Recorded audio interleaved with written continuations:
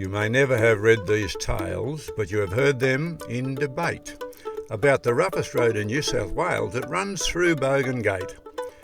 I have heard of others in Goobang, but they're only sugar candy to the old trunk road 61 that runs between Parkes and Yarrabandi. I tell you, my boys, it's wicked, it's really cruel, me lad. Never since the Kelly days have I seen a road so bad. There are corrugations by the score, and each weekend there's a million more. It's no darn wonder that we're sore between Parkes and Yarrabandi. Big coarse stones as sharp as swords scrub your tyres to the cords. Your springs are flat or broke in two, your shocks have had it, the steering too.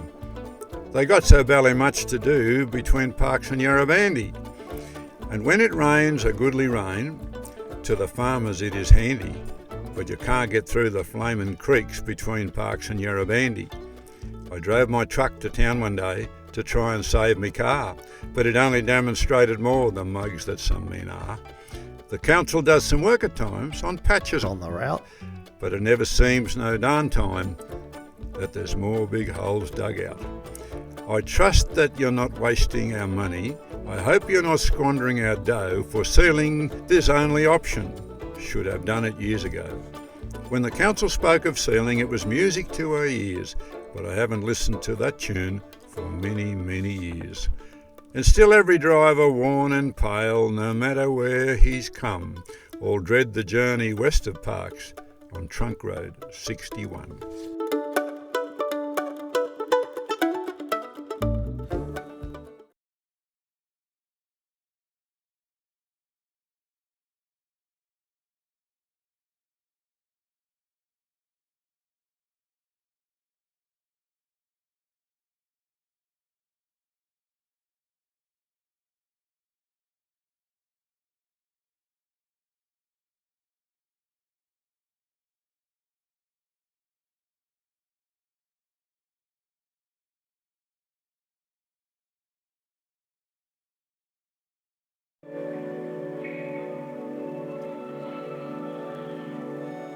The farmer's gaze turned skyward. I could do with a shower of rain. I've got to have 80 points or so before I can sow my grain. The dust rose up around his boots as he went about his work, and he heard the man on the radio say it's raining west of Burke. He stepped outside for one last look before he went to bed, and noted clouds were rolling in and gathering overhead. The lightning flashed, thunder crashed as the storm built up outside, and long before the morning dawned, the heavens opened wide. The farmer's gaze turned skyward. I wish the rain would stop. For 3 long days it's tumbled down, now it's too wet to sow the crop.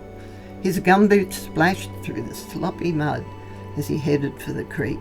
She'd soon run a banker, that's for sure. He'd be flooded by the end of the week.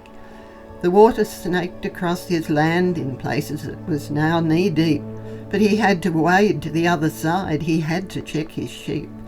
They'd have to be moved to higher ground, where they'd have grass to eat. And as the evening shadows grew, he trudged home on weary feet. The farmer's gaze turned skyward, and the blue sky sure looked great, and the sun shone down upon his back as he leant on the farmyard gate. The sheepdog sat at his master's feet and fondly licked his hand, as the farmer and his faithful friend together surveyed the land. A paddock of wheat stood tall and thick. As it swayed gently in the breeze, the cattle stood contentedly in the shade of the old gum trees. The ewes grazed on the pasture green as their lambs frolicked about. He knew the land was the place for him, through floods or fires or drought.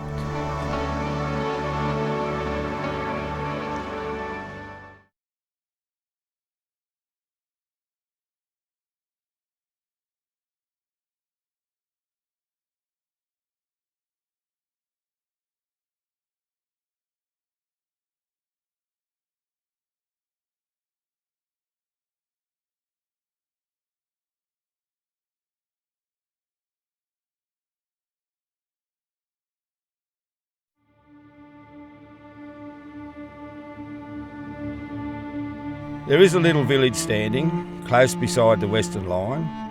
You may not call it yours, but I am proud to call it mine. It has sent 100 soldiers and 20 more besides to stop the bold invaders that are on the other side. We have a gallant captain, dear old Comrade East. His kindly deeds are shining like sunrise in the east. He cannot take a rifle for he's past the fighting age, but he makes the legs feel jolly when he gets up on the stage. Now Ross, they said, was sleepy, he would never see the foe, but he rose above their shoulders to an officer, you know. And Arthur Walsh enlisted and went to do his bit, but they put him out of action and sent him back unfit. And he left behind his comrades that will make the climate hot for the Crescent and the Eagle before he gets the lot. And just a word in honour, one of our gallant comrades 3 who sleep beneath the heather in a land across the sea.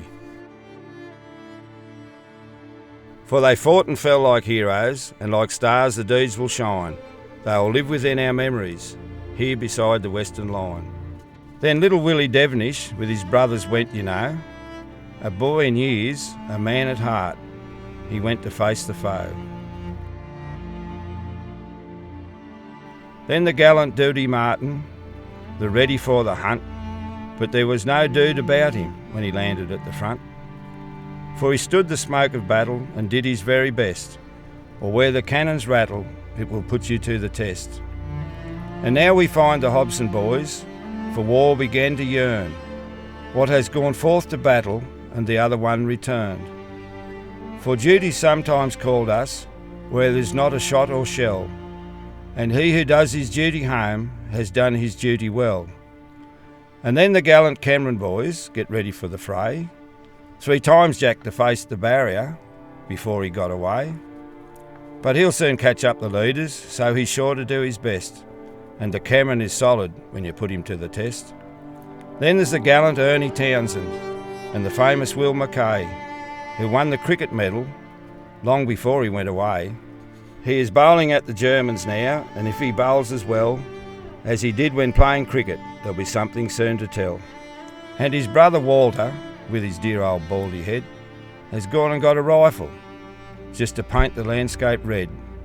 He's sure to get the Kaiser, for so his comrades tell, and perhaps he will get one von Meckensen and Hindenburg as well. Anyway, I'm safe in saying he is done to do his best, where the battle cry is ringing as he charges with the rest. So we'll raise the flag of freedom and cheer them 3 times 3, our noble young defenders that have gone across the sea.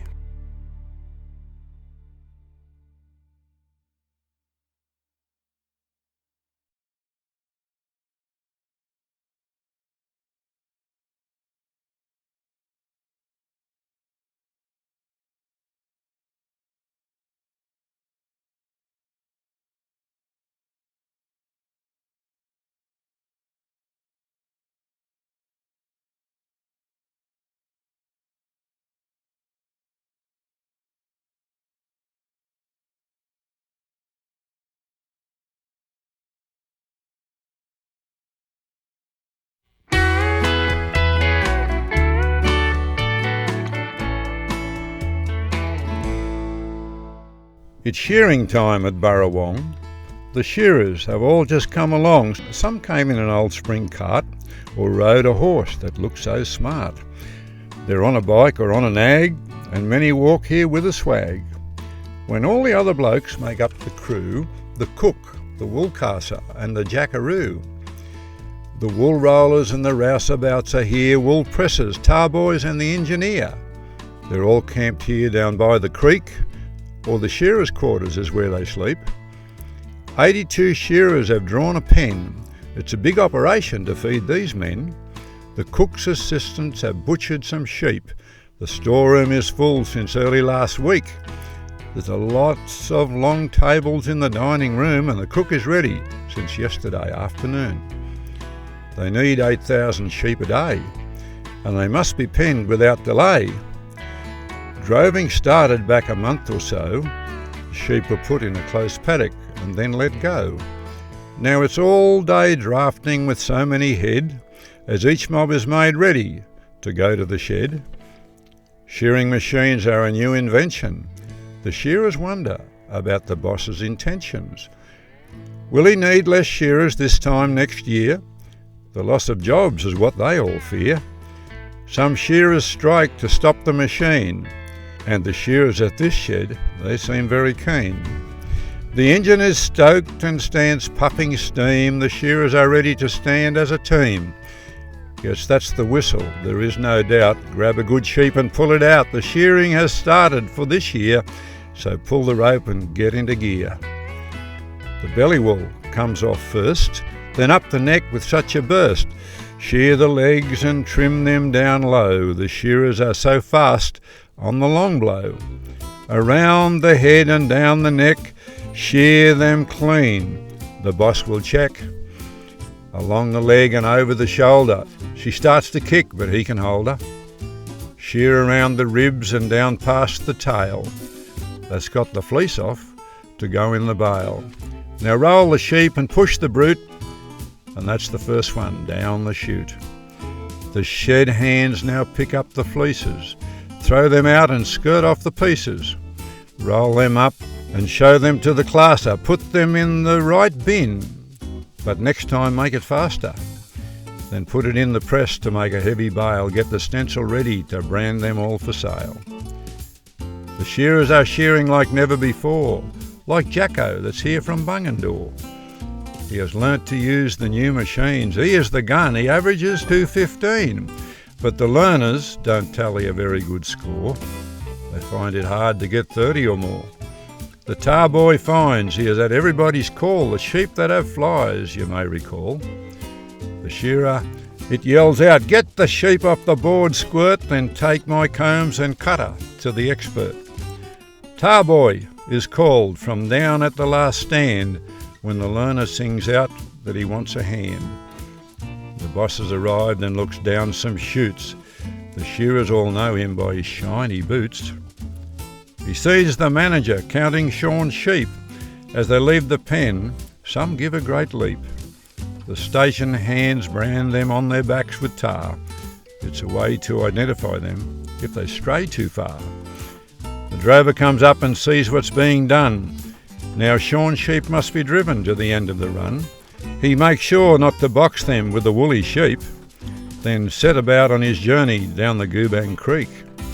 It will be 6 days travelling before he is back. If he takes any longer, the boss will think he's slack. Wool pressers have been baling the wool.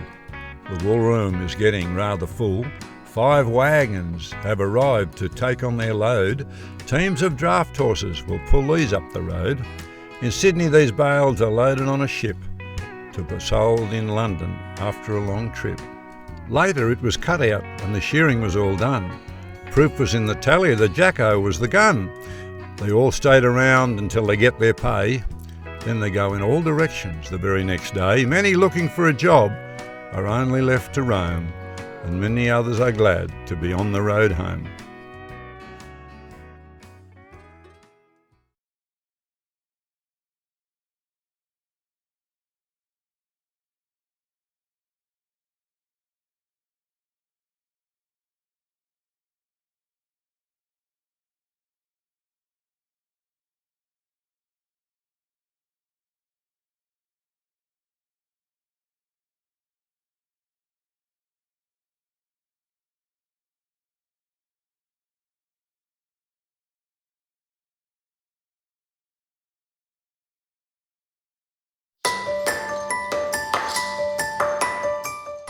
Our teachers are very good, the best in New South Wales. She teaches us so many things and reads us fairy tales. She teaches us our lessons in a new and modern way and tends to allow many wants in class or else at play. Only when we are really naughty does she scold us quite a lot about those chalk marks on the tank or the homework we forgot. Only when we display our arts and crafts, you'll really be surprised at all the funny scraps and things she taught us to disguise. And when it comes to picnics, she's a winner all the way. And then at every Christmas tree, she teaches us a play. She's done so many things since teaching she begun.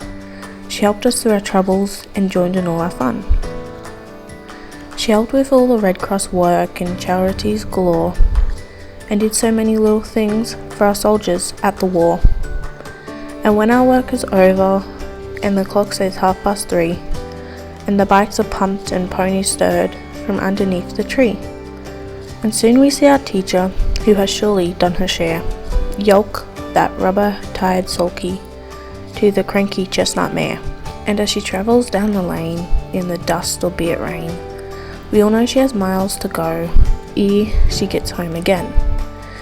And now she has to leave us, a stranger takes her place.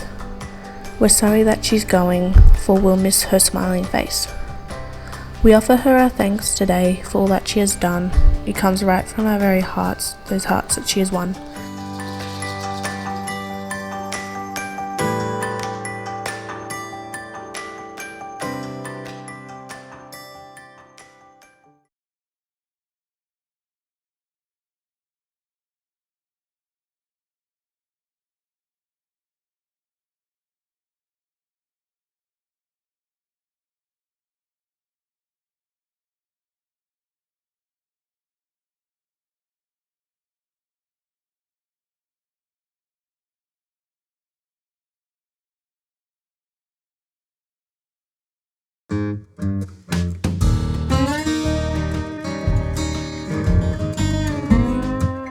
I was feeling hot and dusty, for I had travelled far, when I landed late at Bogan Gate and wandered to the bar.